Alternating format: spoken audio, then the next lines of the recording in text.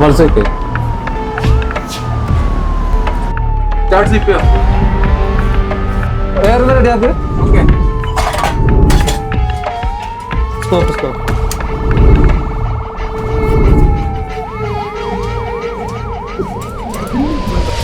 Ambu വേണ്ടേ? Hospital. Hello, airway secure ആണ്. ഞങ്ങളൊരു 5 മിനിറ്റ്സിൽ ഹോസ്പിറ്റലിലേക്ക് എത്തും. ഹലോ ചേട്ടാ, രണ്ടാമത്തെ ഫ്ലോർ ഇടത്തോട്ട്. എവിടെ ചേട്ടാ ഇവിടെ.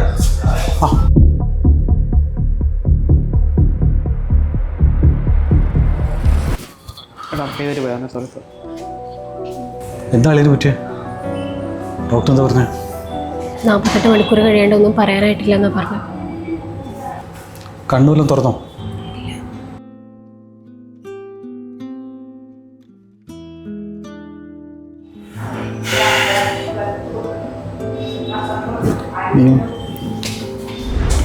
എടാ ഡോക്ടർ എന്താ പറഞ്ഞു? ഞാനല്ലേ ചേച്ചി കണ്ടേ, 48 മണിക്കൂറെന്നൊക്കെ പറഞ്ഞു, അറിയില്ല. എടാ ഈ 48 മണിക്കൂർ എന്നൊക്കെ പറയുന്നതേ ഇവരുടെ സ്ഥിരം പരിപാടിയാണ്. ചേച്ചി ഇരിക്കുന്നു ഞാനും പറയട്ടെ. ചേട്ടൻ പോയടാ, അവസാനം കൈ നിറയെ കുറേ ബില്ല് അടിച്ച് കൈ തരും. അങ്ങനെ കണ്ടോ? അതല്ല ഹോസ്പിറ്റലുകാരുടെ സ്ഥിരം പരിപാടിയല്ലടാ. വാ ഏതായാലും ഡോക്ടറോട് സംസാരിക്കാം. മോഹനന്റെ ബൈസ്റ്റാൻഡർ ഡോക്ടർ വിളിക്കുന്നുണ്ടേ. മോഹനന്റെ ആരായിരുന്നു? ഞാൻ മോഹൻ്റെ അളിയനാ, ഇത് മോഹൻ്റെ മോളാ. സാറേ അപ്പം മോഹനിപ്പോൾ എങ്ങനെയുണ്ട്? മോഹനിപ്പോൾ ഹാർട്ട് അറ്റാക്കാണ് സംഭവിച്ചിരിക്കുന്നത്. എന്തായാലും ഒരു 48 മണിക്കൂർ നിരീക്ഷണമൊക്കെ വേണ്ടി വരുന്നേക്കാം. പിന്നെ നിങ്ങൾക്കൊരു കറക്റ്റ് സമയത്ത് CPR ഒക്കെ സ്റ്റാർട്ട് ചെയ്യാൻ പറ്റിയോണ്ട് ബ്രെയിനിൽ സംഭവിച്ച ക്ഷതങ്ങളൊക്കെ കുറേ വരാനുള്ള സാധ്യതകൾ കുറവാണ്. സാറേ ഞാനൊരു സാമൂഹ്യ പ്രവർത്തകനാണ്. ഇങ്ങനത്തെ പല കേസും ഞാൻ കണ്ടിട്ടുണ്ട്. പിന്നെ ഈ വെന്റിലേറ്റർ 48 മണിക്കൂർ എന്നൊക്കെ പറയുന്നത് വെറുതെ ഒരു പ്രതീക്ഷയല്ലേ സാറേ? ഇവിടെ ഇരുത്തിക്കൊണ്ട് ഞാൻ പറയല്ല, ഈ വെന്റിലേറ്റർ എന്നൊക്കെ പറയുന്നത് വെറും തട്ടിപ്പാണ്. ഞങ്ങൾ പൈസ ഒന്നുള്ള ആൾക്കാരൊന്നും അല്ല സാറേ. ഇനി ഇവർക്ക് ഞാൻ മാത്രമേ ഉള്ളൂ സാറേ. ആള് കഴിഞ്ഞില്ലേ? അല്ല സുഹൃത്തെ, നിങ്ങളോട് ഞാൻ പറഞ്ഞോ ആള് കഴിഞ്ഞെന്ന്? ഞാൻ പറഞ്ഞായിരുന്നു. അല്ല, ഞാൻ ഈ നാടകങ്ങളൊക്കെ കുറേ കണ്ടിട്ടുള്ളതാണ്. പലരും മരിച്ചിട്ടാണല്ലോ ഈ വെന്റിലേറ്ററും ഈ വക പരിപാടികളൊക്കെ. ഞാൻ അതുകൊണ്ട് ചോദിക്കുക.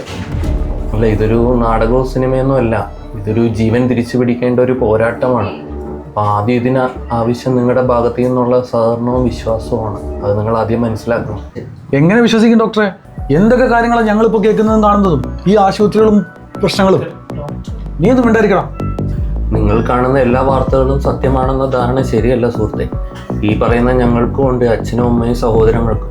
നമുക്കും നാളെ ഈ ഗതി തന്നെ വന്നേക്കാം. അല്ല, മരിച്ചവരെ കിടത്താനുള്ളതാണ് വെന്റിലേറ്റർ എന്ന് താങ്കളോട് ആരാ പറഞ്ഞത്? നമ്മുടെ നാട്ടിൽ ആക്സിഡൻറ്റ് വന്ന് തലച്ചോറിന് ക്ഷതം വന്ന ആൾക്കാർ, ന്യൂമോണിയ വന്ന ഓക്സിജൻ കുറവുള്ള രോഗികൾ, ഇവർക്കെല്ലാം വെന്റിലേറ്ററിൻ്റെ സഹായത്തോടെയുള്ള ചികിത്സയാണ് നമ്മൾ നൽകി വരുന്നത്.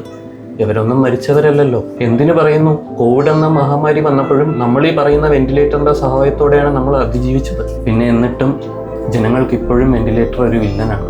ഇനി ഒരുപാട് ദിവസം ഇവിടെ കിടക്കേണ്ടി വരുമോ? അച്ഛനെ ബോധത്തോടൊന്ന് കാണാനുള്ള ആഗ്രഹമുണ്ട്. ബോധം വരികയാണെങ്കിൽ നമുക്ക് നാളെ തന്നെ വെന്റിലേറ്ററിൽ നിന്ന് മാറ്റാം. പിന്നെ നിങ്ങൾ പറയുന്ന പോലെ അദ്ദേഹം മരിച്ചിട്ടൊന്നുമില്ല. He still alive.